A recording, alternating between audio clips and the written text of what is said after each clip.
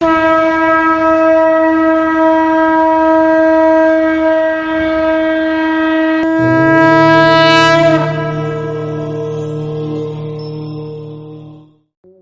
के सभी धर्म प्रायः एक मत से यह स्वीकार करते हैं कि समस्त ब्रह्मांड तथा सृष्टि की रचना एक अदृश्य शक्ति अर्थात ईश्वर ने की है। जिस तरह ईश्वर एक है, ठीक उसी तरह धर्म भी एक ही है।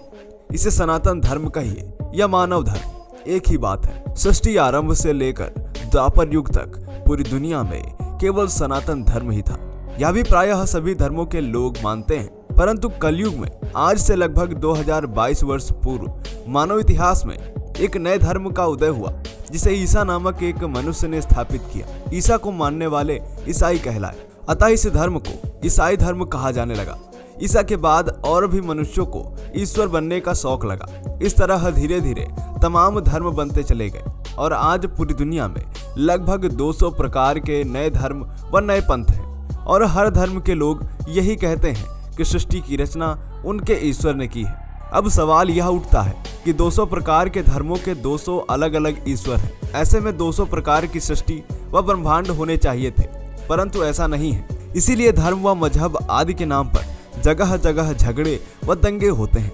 धर्म के नाम पर बड़े बड़े युद्ध भी देखे जा चुके हैं। इसमें सबसे आश्चर्य की बात तो यह है कि खुद को पढ़ा लिखा आधुनिक मानव कहलाने वाले लोग इतनी छोटी सी बात नहीं समझ पा रहे कि जब सूर्य चंद्रमा सहित 9 ग्रह, आकाश, पृथ्वी सब एक ही हैं, उनको बनाने वाला भी एक ही है, तो दूसरा ईश्वर या दूसरा धर्म कैसे हो सकता है। इसलिए ईश्वर द्वारा स्थापित केवल एकमात्र सनातन धर्म ही है। आज के वीडियो में हम एक इस्लामिक देश मलेशिया के विषय में बताने जा रहे हैं, जो पहले हिंदू बाहुल्य हुआ करता था।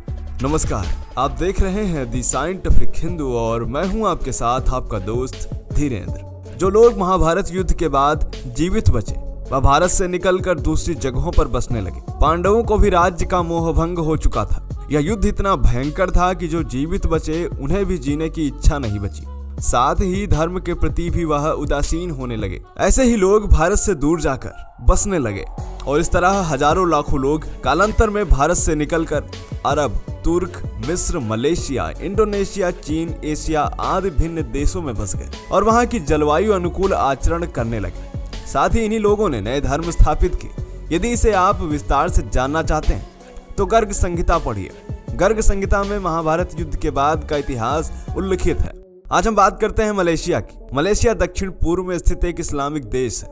इस संघीय और संवैधानिक राजतंत्र में 13 राज्य और 3 संघीय क्षेत्र शामिल है। दक्षिण चीन सागर ने मलेशिया को 2 भागों में विभक्त किया हुआ है। मलेशिया देश मलय साम्राज्य से बना हुआ है। यह मलय साम्राज्य 18वीं शताब्दी में ब्रिटिश साम्राज्य के अधीन हो गए थे। 31 अगस्त 1957 में मलय संघ के रूप में यह आजाद हुआ। मलेशिया में कानून तो शरिया से चलता है, परंतु मलेशिया अपनी भव्यता हिंदुत्व से प्राप्त करता है। पलायन, प्रवास और इस्लामिक आक्रमणों के अनेकों संकटों को झेलते हुए सनातन ने ही मलेशिया की भव्यता को संभाल कर रखा, अन्यथा यह देश भी अफगान तालिबान में बदल गया होता। आज से 1700 साल पहले मलय तथा भारत के बीच व्यापारिक संबंध के चलते अधिकांश तटीय लोग हिंदू धर्म के संपर्क में आए और इस तरह हिंदू धर्म तथा भारतीय सांस्कृतिक परंपराएं पूरे देश में तेजी से फैलने लगी। भारतीय शैली में मंदिर बनाए गए, साथ ही वहां के राजा खुद को भारतीय राजा के रूप में संदर्भित करने लगे। मलय प्रायद्वीप के तटीय क्षेत्रों में विशेष रूप से गंगा, नेगारा, लंगकासुका और केदाह में छोटे छोटे हिंदू मलय राज्य दिखने लगे। वर्तमान समय में मलेशिया में हिंदू धर्म चौथा सबसे बड़ा धर्म है। आमतौर पर मलेशिया में ज्यादातर हिंदू दक्षिण भारत की शैव परंपरा का पालन करते हैं। वैष्णव परंपरा वाले हिंदुओं की संख्या कम है। यहाँ मंदिरों में हिंदी तथा अंग्रेजी दोनों भाषाओं में प्रार्थनाएं की जाती हैं। हिंदू त्योहारों में यहाँ दीपावली, थाईपुसम, पोंगल, नवरात्रि आदि प्रमुख रूप से मनाए जाते हैं। इनमें से दीपावली मलेशिया का सबसे बड़ा हिंदू त्योहार है। मलेशिया के राज्य सरवाकी को छोड़कर अन्य सभी राज्यों में दीपावली व थाईपुसम के दिन सार्वजनिक अवकाश रहता है, परंतु यह भी विडंबना है कि मलेशिया सरकार की इस्लामिक कट्टरवाद की नीतियां तथा अन्य कारणों से हिंदू आबादी लगातार कम होती जा रही है। मलेशिया में इस्लाम को राज्य धर्म का दर्जा हासिल है, इसलिए मुसलमानों के पक्ष में कई नियम तथा शरीयत अदालतों द्वारा हिंदुओं तथा अल्पसंख्यकों के अधिकारों की उपेक्षा की जाती है। मलेशिया में हिंदू,